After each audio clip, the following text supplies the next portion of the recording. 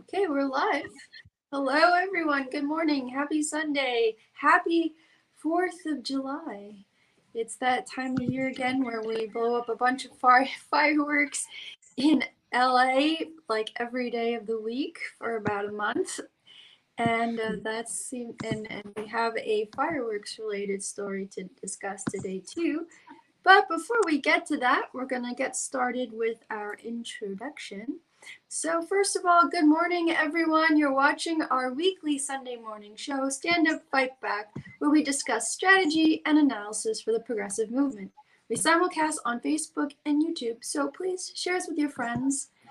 Hit the subscribe button, hit the follow button, and don't miss an episode because we're here every Sunday morning at 10 a.m. Pacific Time, 1 p.m. Eastern Time.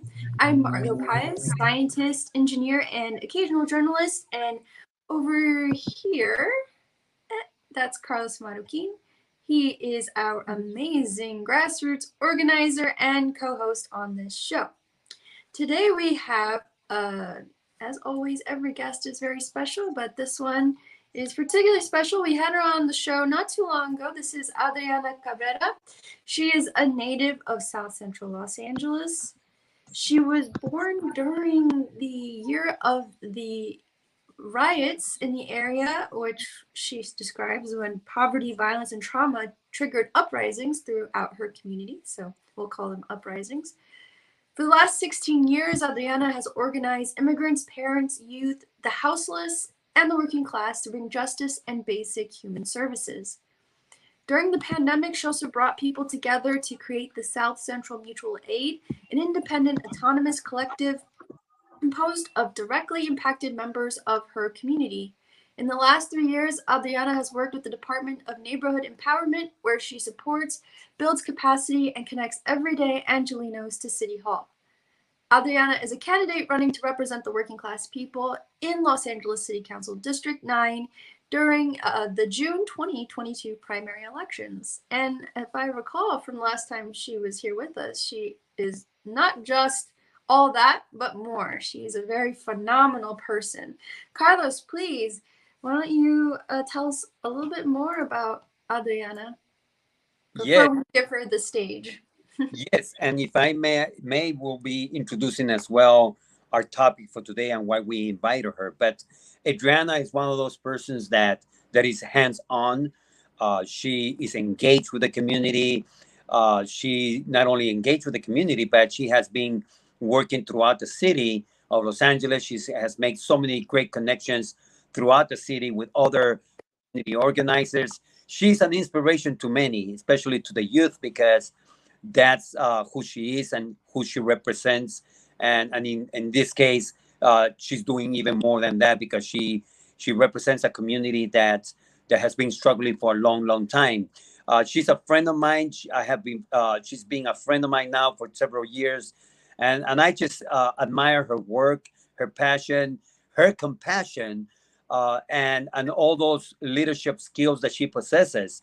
So we are very fortunate to have her with us today. We are going to be talking about what recently happened in South Central, where there was a bomb explosion. I'm going to call it like that because that's what it was. It was a bomb explosion at the hands of LAPD, where over on 27th Street and I believe Central, they confiscated some fireworks, and LAPD decided to blow them up. And the result of that, there was a lot of damage to property, but worse, there were 17 people that got hurt over that explosion. Adriana will be bringing us more details because, again, she is from the neighborhood. She knows what's going on out there, and I saw her out there immediately around. So it is our pleasure to be able to welcome Adriana Cabrera one more time to our broadcast, and I just want to let her feel welcome. And not only that, but this is a time that we dedicate to what has happened out there in South Central. So we hope that we are going to learn a lot, and also how we can assist the people of South Central during this very difficult time. Adriana, welcome. Thank you. Good morning, Margaret, Carlos, and everyone who is here with us today. Thank you for inviting me to be here and share, what's going on here in our community of South Central LA. The explosion that took place on 27th in San Pedro is very hurtful towards our community.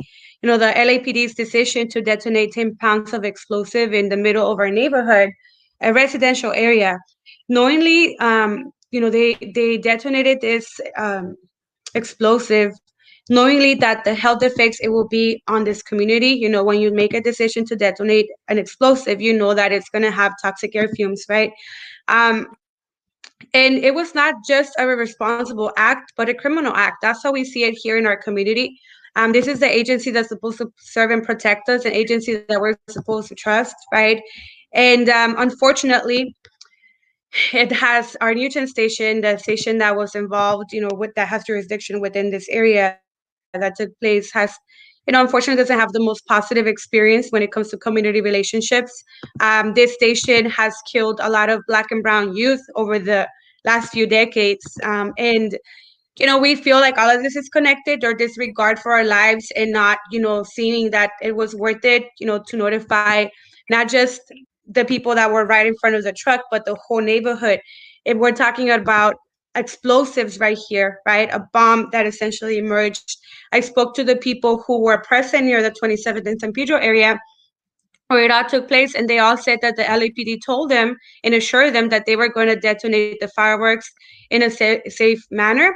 And a few moments later, when they heard a large boom, I spoke to a person that was specifically at a laundromat, and he was like, when I was there, when the whole explosion happened, he described the moment as if there was an earthquake involved. So just imagine having an earthquake, and then on top of that, everything around you just shattered, and then everybody's like screaming, and it was very traumatic for a lot of them to experience this. I asked them, how can we help, and they said, I'm just grateful to be alive. And that to me says a lot, because they also, I canvassed the area, and I also spoke to people who have children, and they told me that their children, there's a kid that had autism, and when the explosion happened, the noise really hurt him. He dropped to the ground, he was scared, he was crying. And even, till this day, when I speak to people, they have headaches because of the air fumes. Later on that same day when it happened, I was on the ground trying to get a hold of like what happened. Nobody really knew what was going on other than what the media wrote. And when I was on site, it was like around 9 o'clock, 2 hours after it happened. And as soon as I heard about it, I learned about it about like an hour after. I rushed over there and I went to see the scene, and I was on, I believe, Stanford and Adams near the incident because everything was blocked. And within the 10 minutes that I was there with another volunteer, I felt dizzy. I felt like I was gonna faint. I did a live video, to tell people what happened. And I just felt like I have to go home because I felt like if I stay there for 5 more minutes, I was gonna faint. To give you an idea of how toxic the air was at that moment. And it was very contaminated for the rest of the night for them. A lot of families, from my understanding, based on the conversations I had with the police officers and everyone that was there, um, they were provided hotel vouchers for the night. But it was only to the people that were immediately, impacted, like to the people whose houses were basically unstable.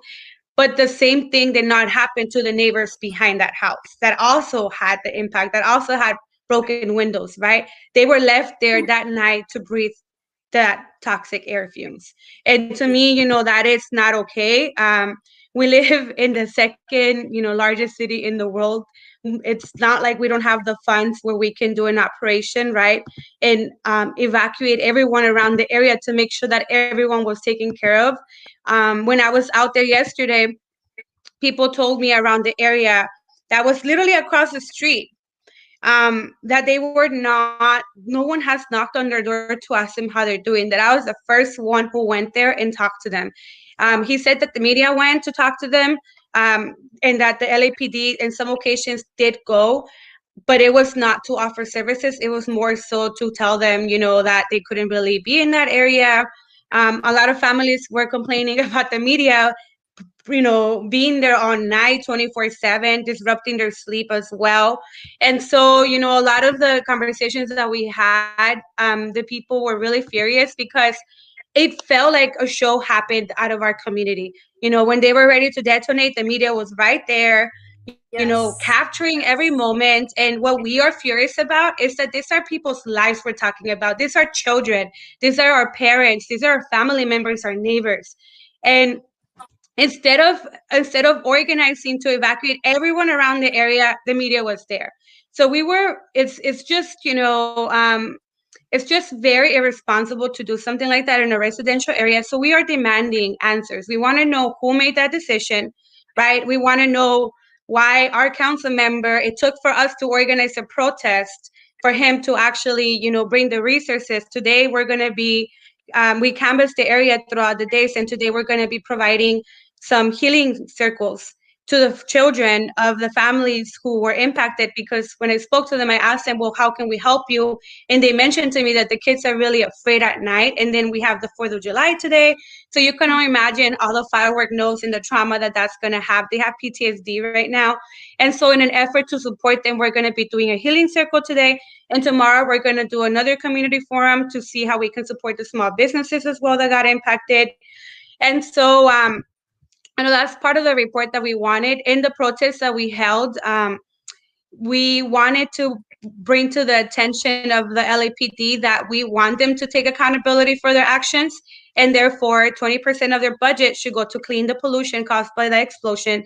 Our community is already full with so much environmental injustices, more like environmental racism. Our homes are literally in the middle of factories that produce a lot of chemicals. We're like right next to the city of Vernon that has a bunch of factories as well. And so, this just made it worse for us. The air is not breathable, and it's going to get worse with the 4th of July. So Yeah. we are asking for that money to also provide on-site mental health resources for people or services, and to fund families to get back on their feet, because these families lost everything. Some people lost their entire home. All their cars were torn apart. Basically, they're not drivable. And so we want justice, and that's essentially what they're asking for right now. And I just wanted to provide you with a report of what I heard when I was out there. Thank you, Adriana. And I just want to show a video really quick of what happened for viewers in case they haven't seen it. So just a warning that this is a little bit shocking. And as Adriana pointed out, that this footage came from a news helicopter. So these helicopters, the news reporters, they were already there watching the scene unfold. LAPD notified the news already that there was going to be an explosion. They had notified the news that there was? Wow. So this is, well, let's watch it and then let's assess this, because this is a little crazy.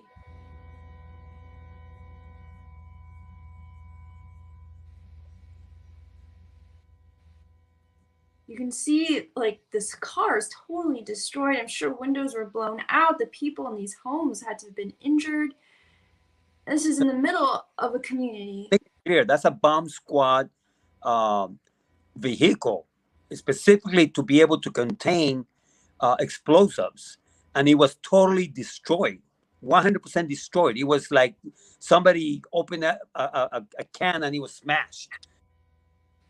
Yeah, this is.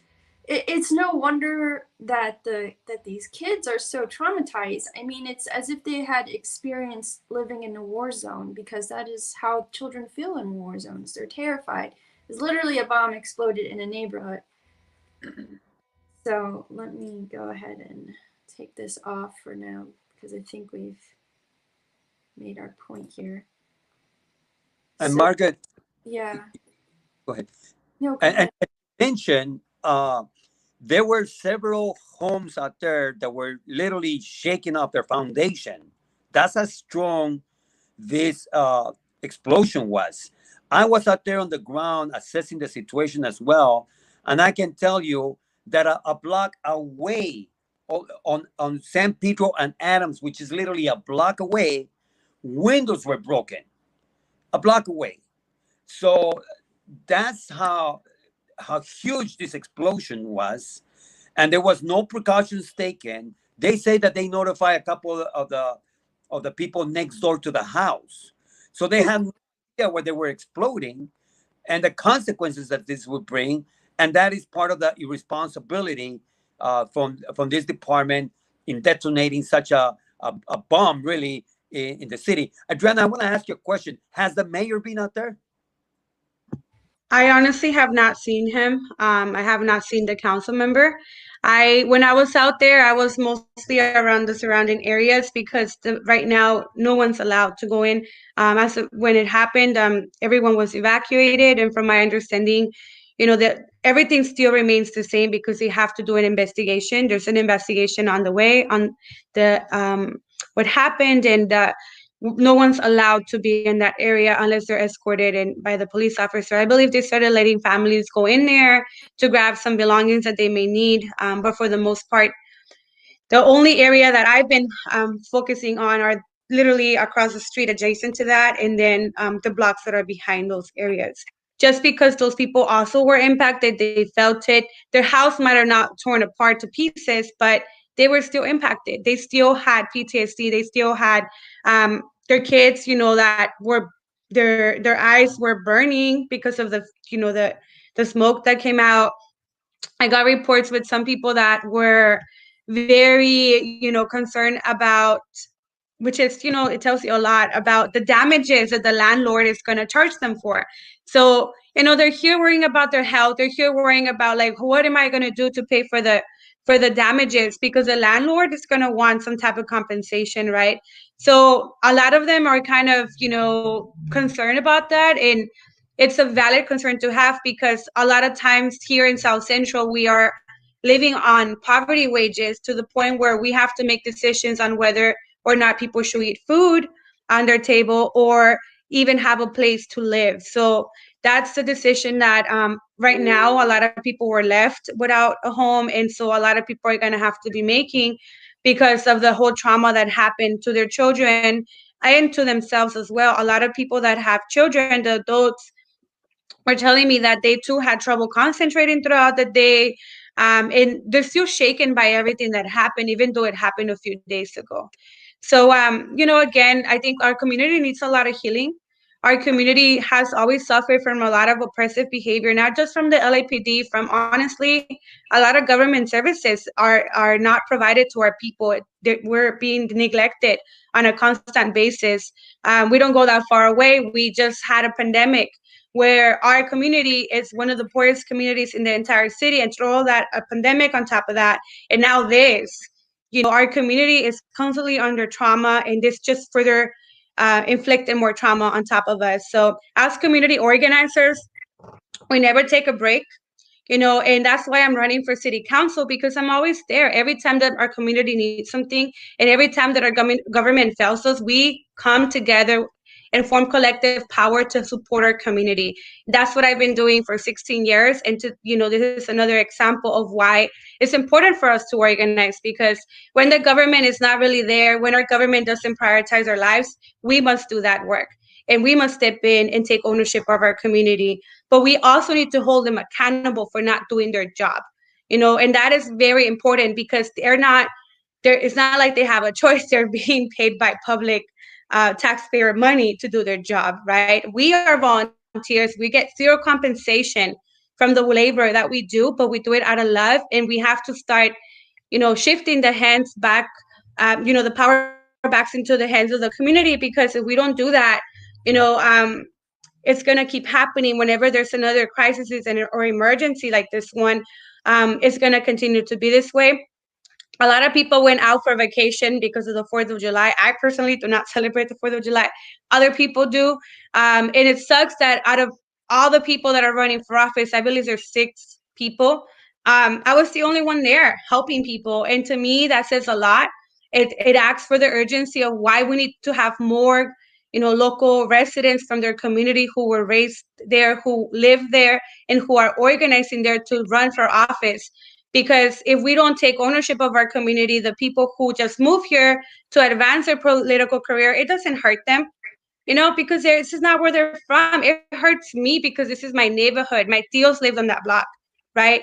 This is where I grew up. I used to wait for the bus at that stop on Adams, and when I saw that terror in the faces of the people, it really hurt me a lot. I went to sleep at 5 a.m., trying to figure out like how can I help, and when I would ask people like how can we help you, they're like, right now we're just grateful, for life. That's the only thing they kept repeating to me. And, that's powerful. Someone just went over all these trauma and they're just so grateful to be alive, but and it doesn't leave room for you to question about how it happened, right? Because they're processing everything that's going on. And so we have to ask our tough questions.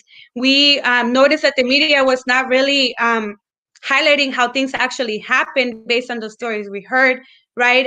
So that's why we did the protest and or press conference so that we can call it what it was. In our opinion, our neighborhood was bombed. There was militarized equipment that was there that was used. And so we wanted an investigation. Many people say it was done in good faith. It was an accident.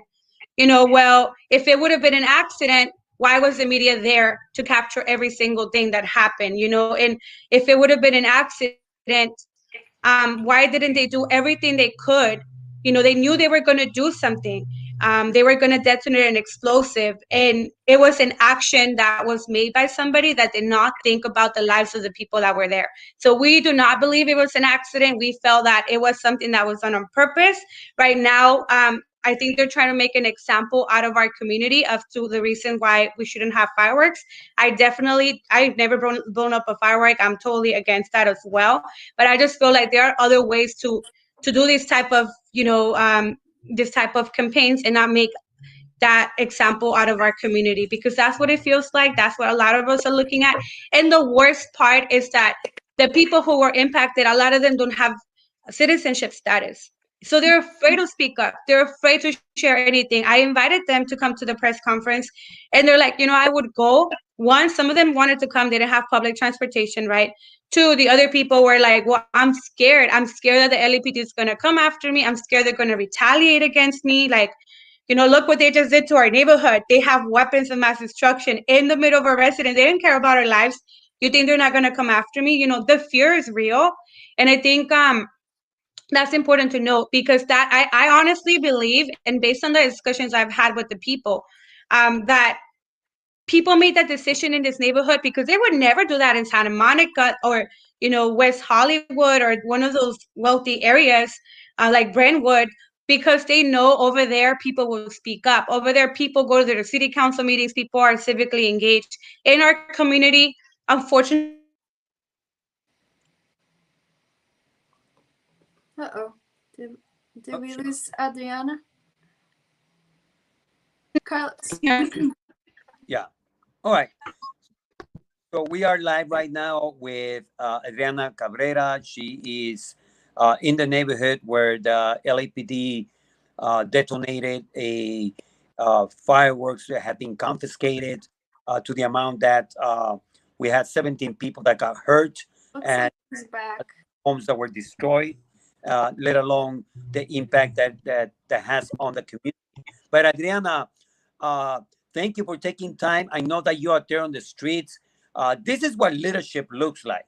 Is when immediately when the community is impacted, you're supposed to mobilize and be out there on the ground. You're supposed to be talking to the residents that you serve. You're supposed to be seeing and making sure that the entire community, you know, uh, has the city's backing, that has resources available. We have not seen the mayor. I'm very troubled by that. If this would have happened, let's say in the west side of Los Angeles, the mayor would have been out there in the streets. He would have brought immediately, all kinds of resources, not only to the area that were impacted, but all around there. We know that to be true because we have seen these kind of things happen where there is a great response to communities that are well off. I am troubled that City Council member Price has not been out there on the ground. It's a difference. You could talk, have staffers make phone calls. That doesn't, again, that doesn't equate to being out there on the ground and personally talking to people, personally giving people assurance that they're going to be okay. Now, in the other hand, you responded right away. You were the same day you were out there within an hour. You were out there on the ground, assessing the situation, talking to people. So it is very important for us to realize that and to hold these people accountable because there is no excuse. We've been through the pandemic. We all have hurt. South Central has been hurting for a long time throughout the pandemic. Now this, you know what I mean? This is no time to take vacation. This is no time to take the day off and go ahead and be with your family. But first and foremost, come to the neighborhood, talk to the people, show your face, which they have failed to do so. So it is very troublesome to me, Adriana, because 4th of July, yes, people are celebrating. They're celebrating freedom and what have you, but that's not the case in South Central. People feel left behind. Yep, exactly. So, another thing that we wanted to bring up to the attention of this is that I did went out there and talked to a lot of people on the ground, and some of the people that I talked to were small business owners. Uh, they were scared because they have suffered through the pandemic, and nowadays they have not been able to open the street. Going into several days, like 4 days already. So that means that they have no income coming in. They have no sales going out. So they were troubled by this, and no one from the city has reached out to them to let them know that there's going to be some kind of fund available so that they can help the both small businesses. Any other thoughts on that? Because I know that you were out there talking to some of the business owners, Adriana. Yeah, so one of the reasons why we're going to hold a community meeting on Monday, tomorrow, is because we want to invite them to come and share more in depth, some of the struggles they're facing right now. Because unfortunately, I was not able to talk to a lot of business owners. I only spoke to about three or it was four. And because everything's, kind of shut down with the whole tape and we're not allowed to go in, mostly spoke to residents, but to the few people that I heard or listened to, they mentioned to me that they too are worried about their insurance, So we reached out to Holly Mitchell and their field deputy, and they're working to see if maybe the Ricardo Lara, the insurance commissioner, like he can help us with something, and maybe bring some resources to this area. And so in the community forum that we're going to have, we're going to talk to residents and small businesses to kind of ask what is their call to action, right? Where should the help be given the most? A lot of people do not own their business locations. They're renters, they're commercial renters. So it's important to provide them that assurance, that letting them know their rights. A lot of them are afraid to they don't even know their basic rights, right? So we are going to do our best to kind of bring together people who are experts in the industry and come and provide like a know your rights so that they know not to sign something, right? And or what they're afraid of is that all the aid is going to be given to the owner of the land and not to the people that actually experience the explosives. So that's something that we have to move fast on because we've seen a lot. We have a lot of predatory lending in this community. We see a lot of people who take advantage of their tenants, commercial tenants as well. So we want to make sure that we provide that to them ahead of time, and not put them in a situation where they might be, the landlord is the one that's going to get some type of support and not them. The landlords were not there when it happened, and so they do deserve to have compensation for their property damages, but we want to make sure that the people who were there, who actually suffer the impact on a first hand, get the support they need first. Yeah. So I want to also just add to this discussion that the LAPD, they're claiming that this was just supposed to be a routine routine task where they were just going to detonate them and they have no idea what happened. And you touched on a point about like this is some like kind of like militarized thing where they like moved in with all their militarized equipment, and I think it's important to point out that the militarization of the police departments in this country has been going on for over a decade now. And these cops, they're so so much want to pretend like they're at war. I feel like as soon as they get any opportunity to play with any of their toys, they jump at it, not fully understanding how any of these things work.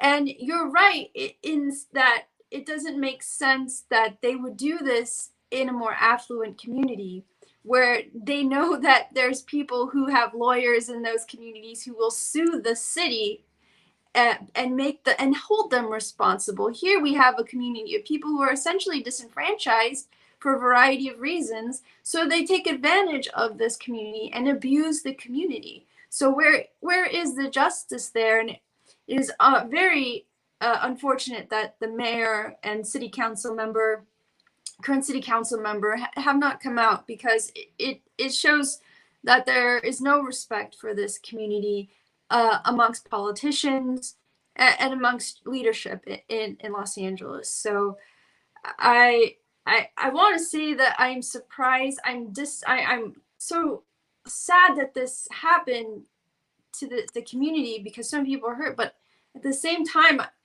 I just see this thread of reckless behavior amongst police departments in the state and across the country that I'm almost not surprised that something like this could have happened, that they could be this reckless. I just want to throw that out there. But Adriana, so you have you have a way for people to volunteer, and Carlos sent me a link, and I've shared it once. I'm going to share it again. And this is South Central Mutual Aid volunteer sign up. Could you talk a little bit about how people can volunteer and what kind of volunteer roles you're looking to fill? Yeah, so right now, in our South Central Mutual Aid, the link's going to be on their Instagram page, and we're an autonomous collective composed of local residents. And so right now, we understand the urgency, right, of like getting to connect more with the residents. We were able to talk to a lot of people, but a lot of people we were not, because it was mostly me and two other people out there when it all happened, and the day after, like since it's been happening.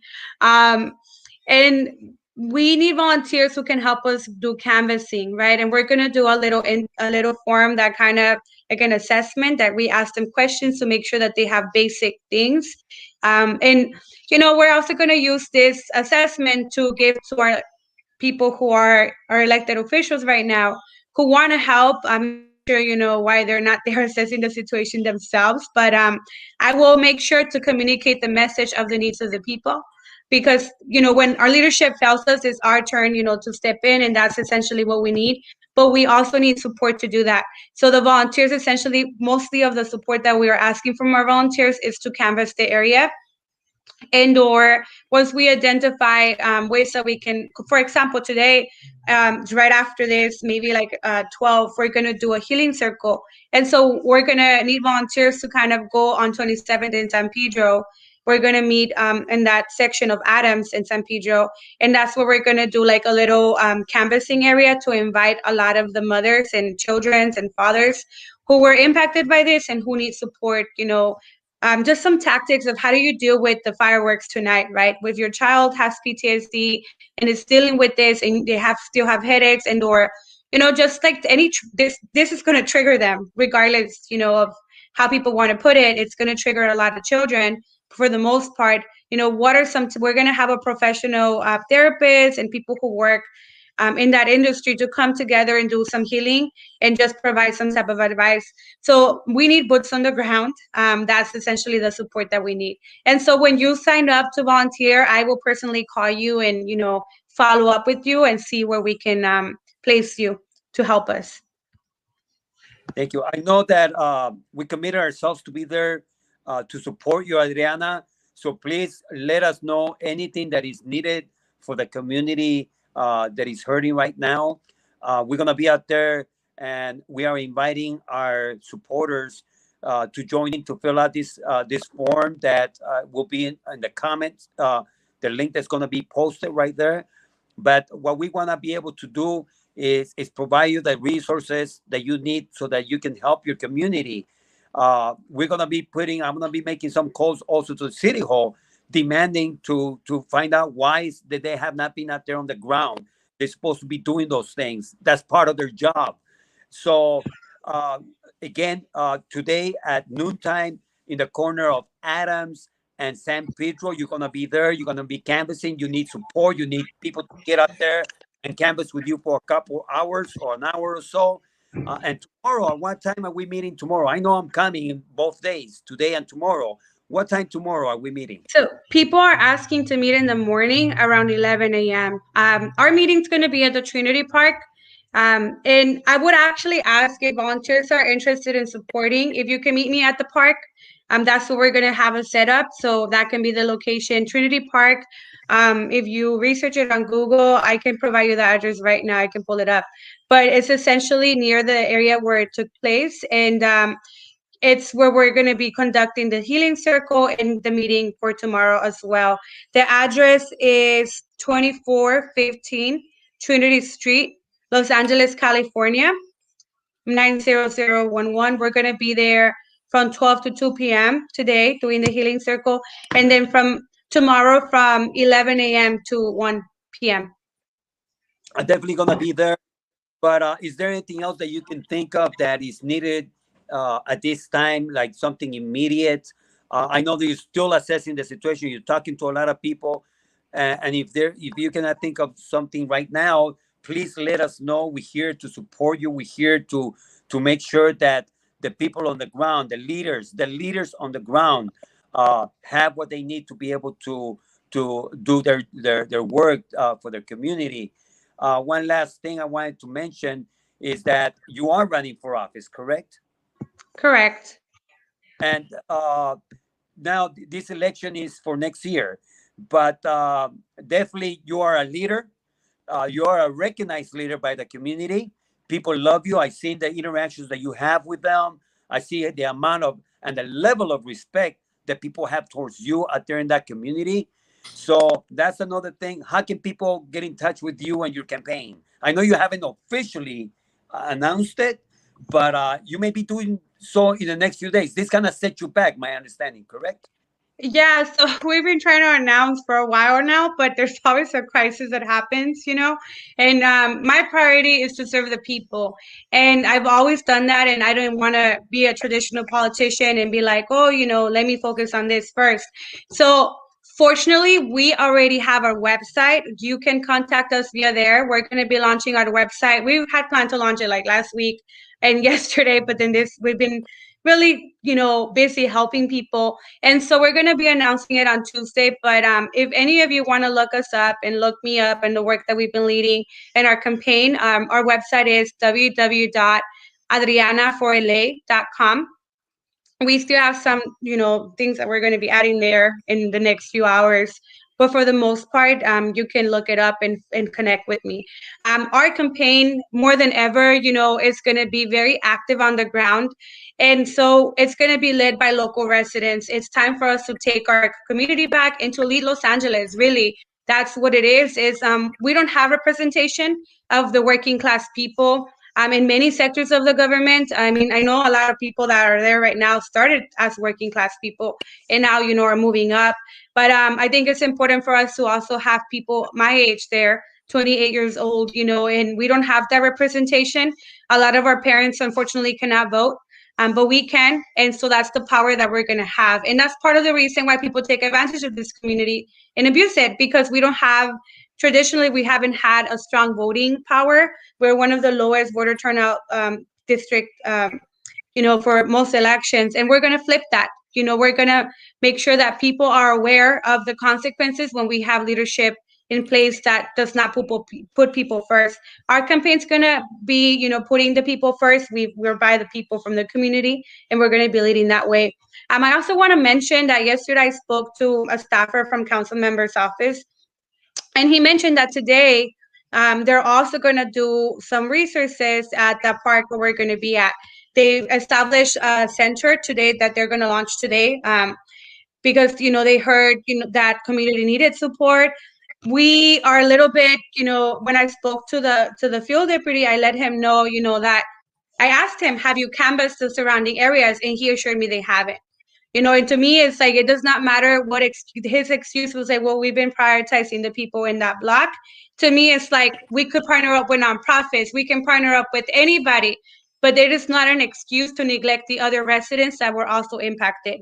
And that is something that we're very furious about, and we want to know why they haven't canvassed the surrounding areas, right? If capacity is the problem, we have the LAPD, we have many other departments that, I work for the city. When there's a disaster, we always have employees go out there, and do that. We did it with COVID, we did it with other emergencies. I mean, when there's fires in the valley, they do it over there. So why was this not considered an emergency? If you need support, ask for it. I'm a one person. I was out there. And so, I canvassed the whole 4 blocks in less than 3 hours. So I don't understand Wow. why that's an excuse. But we know it's a reflection of many things that has happened in our community. And so we're not going to wait for them to bring the services. We're happy that now that we're doing a healing circle, they're out there with us. And I will put politics aside to make sure that I also communicate the needs to our council member so that it can happen, because he's the one that has the resources right now. Right. And so if that means that I have to talk to him and meet with him and let him know, all what I share here, I will do so. And I will gladly make sure that if I have to collaborate with his office, that we get the work done, because that's what we're here about, providing services and making sure that our community is taken care of. Putting people first. Thank you so much, Adriana, for taking time. I know that you're busy and that you're ready, getting ready to hit the streets. We also want to commend the many other community leaders in that area. Can you mention some of their names, please? Yes, Alfredo Gama, who's the president of the Central Alameda Neighborhood Council. He's actually going to be having a meeting tonight at 7 p.m. You can look it up on their Instagram account, Central Alameda Neighborhood Council, and or also on Facebook. You can also look for the agenda there on the city system. And, Alfredo right now is leading the discussion about accountability. So I want to give him a shout out because he was the only neighborhood council president that's been on the area. He was out there with me knocking on doors as well. I also want to give a shout out to the community control over the police. I came to them and I told them, like, hey, I need help to organize this because I'm listening to the residents and it looks like they're undermining the impact that it had on them. And we got to make sure that we provide a space to have our voices heard. And they immediately call for an emergency meeting with all of their organizers, and they make it happen. They helped us host a press conference. So that's the leadership that we need in our community. Cliff Smith is one of the people that's leading that effort, along with other local residents, Black and brown residents that were severely impacted by the police. That group specifically important because these are mothers of children that have been lost, in the hands of the police officers from that specific station. So those are some of the top people that have been out there. I also want to give a shout out to Angeles from our South Central Mutual Aid. Angeles, she's been a tremendous amount of help. She's been on the ground with me. She works 2 jobs and she's still out there, hustling and making sure that we have people's needs in front of us, right? So making sure that we support them. So she deserves definitely a big shout out from us. Well, definitely, I can tell you that I'm working right now to bring some food out there to the community. So I'll be talking to you about that so that we can host a food distribution immediately. Quick. Sometimes I'll work with you on that, but definitely we're going to need some volunteers. Thank you, Adriana. I know that you have a lot to do, and we appreciate you taking time to be with us this morning. Anything else, Marco, for Adriana? No, thank you so much, Adriana. Thank you for giving your perspective on what happened. It really raises a lot of questions about how the city treats certain members of the community. So thank you, and I'm very excited about your campaign too. So I'm sure we'll have you on again very soon. Thank you both. Thank you for your time, and thank you for inviting us to be here today. Thank you. I'll see you soon, Carlos. Yes, noontime. Okay, bye-bye, everyone. Bye, Adriana. Thank you for joining us. Wow, this is look. I was out there in the in the area. I went and wanted to assess the situation for myself. The first person that I saw out there was Adriana. So that tells me a lot about leadership, the kind of leadership that she possesses. Then I saw Alfredo Gama. He was out there too, talking to the people. So it looks like a war zone. I took a few pictures. I posted them. I'm gonna post some of this here, but I did talk to some police officers, and they're like we're almost like in state of shock. They didn't know what to make of a lot of this stuff. It's like, this should have never happened. I talked to some of the media people out there, and I asked them, have you been, what have people been telling you guys? And they're just all over the place. I think that they are not asking the hard questions that they need to ask city officials. And that's one of the things that really concern me, that the media gets out there, they get their little clips, and then they live. But we need to hold them accountable as well for the things that they show on the air, and not, glamorizing a lot of the things, and instead of being out there showing that there is no resources. Not one article has shown that the city, has failed to provide any resources to the community out there. So those things that concern me. But there's a lot more that's going on. This is heavy duty, 4th of July, and our hearts go out to that community. But there's other things as well, Margaret. We have this heat wave that's hitting up and down the West Coast. Your thoughts on that? Yeah, there's a lot going on with climate change these days. And I just wanted to show one thing before we move on, and that's that there were some protests by residents, but this is pretty much like the only coverage that I've seen from this one news outlet about anything related to the community. So you're right to say that there's like very little engagement by the news media. Most of the recent coverage that I've seen has to do with the person who they arrested, and they did federal charges against them for these illegal fireworks, but nothing about like investigations or responsibility. Did the LAPD overstep their power? What has happened to the community since they were bombed effectively? Yeah, so you're absolutely right. But to move on, because we are running out of time, I do want to show a video. I would like to jumpstart the climate discussion with a video of something that happened also just this past week. And let me go ahead and play this. Still boggles the mind to look at it. It may look just like a scene from a disaster movie, but this is real. This video captured today when the ocean caught fire in the Gulf of Mexico, just west of the Yucatan Peninsula. Those dramatic images of the ocean aflame quickly going viral on social media. Some people calling it an eye of fire, while others said it looked like the portal to hell opening up. Pemex, the Mexican state-run oil company, says an underground natural gas pipeline sprung a leak that caused that mid-ocean fire. A number of firefighting boats pumped water onto the fire for nearly 5 hours until it was eventually extinguished. They put out a fire on the ocean. The oil platform nearby not damaged. Hello, I'm Mark Brown. They put out a fire In the ocean. in the ocean. In the ocean. Yeah, like, when does that happen? How is that normal? I mean, this is the new normal, right? This is the new climate change normal. When we don't do the right thing and we continue to let these oil companies destroy the environment. Like, you don't have a fire in the ocean. Water extinguishes fire, and yet we have oil or gas burning because doesn't mix with water, so it's not supposed to be there. And then so this is Pemex, which is the state, the national oil company, gas company in Mexico, and they're known for being corrupt already and having oil spills and many natural disasters here or there, and no retribution, nothing. They just continue to pollute and destroy the environment and the climate, and as a result, we have like this horrible drought. We have parts of the country on fire. I mean, it's just like one thing after another.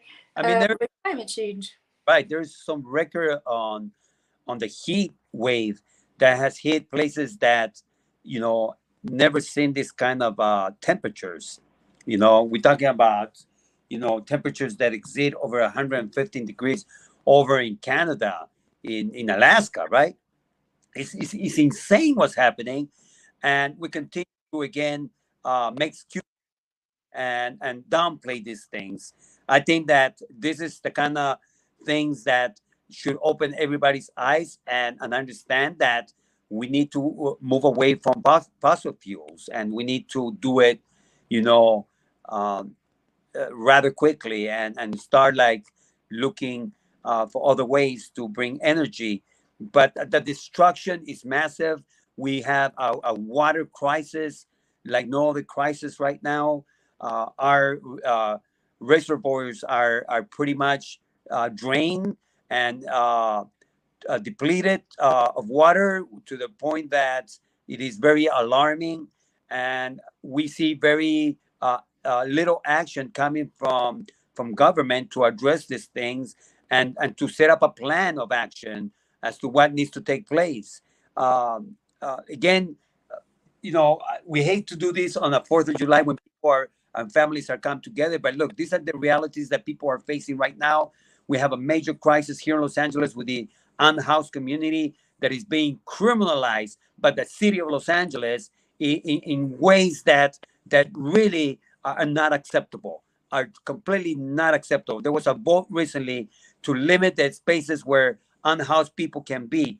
Again, they are unhoused, and they continue to target them, and continue to abuse them in so many different ways. I got so much to say about that, but I don't want to take the rest of the broadcast. Go ahead, Margaret. No problem. I was just showing some footage of the fires that were happening up in the Pacific Northwest in British Columbia. Like, for example, temperatures in a tiny town called in British Columbia hit 121.3 degrees Fahrenheit, setting, unsurprisingly, an all-time record in Canada. This was just days before a wildfire tore through the town. So, this is real. And an interesting thing that I read in this article is that people actually didn't think that this was going to affect them. They thought because they lived more north that they would be okay. But I think people are starting to realize that nobody is safe from climate change. Climate change affects everybody. And if it hasn't happened where you live, it's going to happen one way or another. Either you're going to have severe flooding like is happening in Japan, you're going to have droughts like are happening in various parts of the world right now. You're going to have these massive wildfires, which have been happening consistently at greater rates and more massive destruction in the last 5 years on the West Coast. We're having depletions of groundwater. It's just an endless list. And then not only that, but climate migrants, like people who are trying to find a place to live because basically their way of life is being destroyed because of these droughts and the desertification of where they live. Like, they can no longer grow food. So yeah, we're going to see people migrating from one country to another. And I think that's part of what is happening at the border too, is that people are escaping violence. They're escaping also the fact that their environment is just no longer sustainable for a human life. So of course that kind of situation is going to beget more violence and more instability. And like Kamala Harris said, like, don't come here. But we're responsible for this. The United States is one of the greatest polluters on the planet.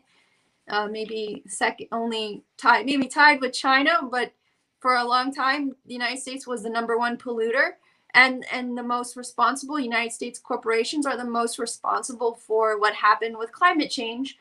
And there was just recently an Exxon lobbyist who was caught on tape. Greenpeace had an undercover reporter interview the guy, and this is the gall of this person, this lobbyist. He was so proud of himself for what he had done to undermine the infrastructure legislation, which has a number of important climate change related elements in it. And he made sure to water it down.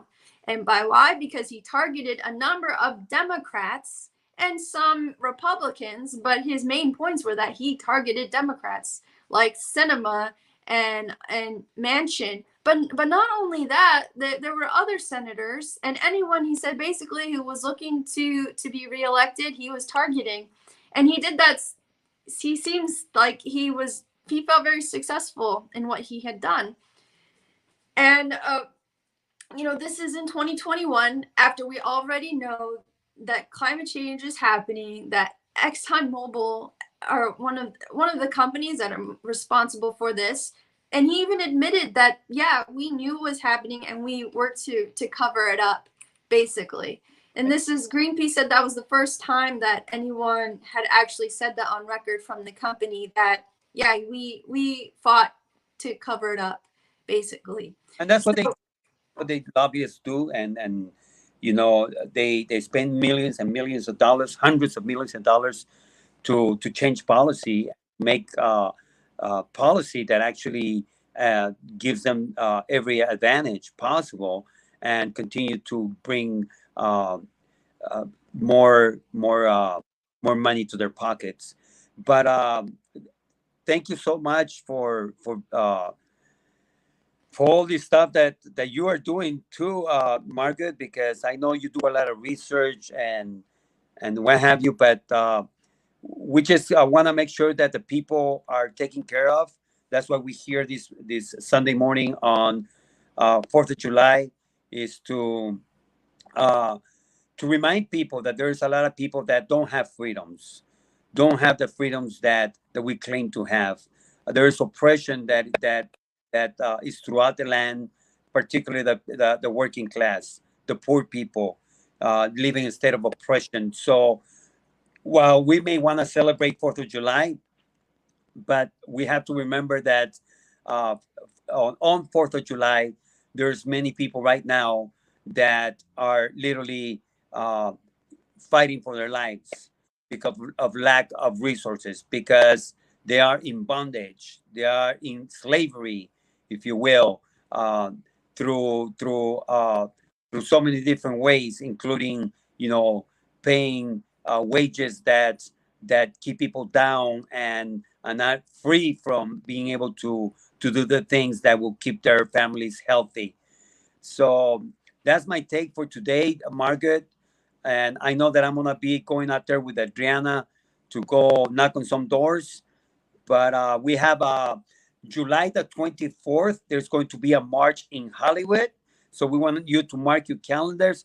July 24th, there's going to be a Medicare for All march, and we're very, very excited about that because we need to continue to put the pressure and to be visible for the need that people have to be able to have access to a doctor.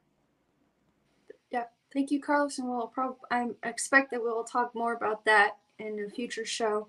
So I think we have to go. It's 11 o'clock. I know you have some things to do right now, so we'll just sign off. We'll do a quick sign off. So thank you, everyone, for joining us today. You've been watching Stand Up, Fight Back. I'm your co-host, Margot Paez, and over here is Carlos Marroquin, your other co-host on the show. We air every Sunday morning at 10 a.m. Pacific time, 1 p.m. Eastern time. So please subscribe, share us with your friends, hit that follow button, and we'll see you next time. Take care, everyone. Get vaccinated and wear that mask indoors. Take care. Bye-bye.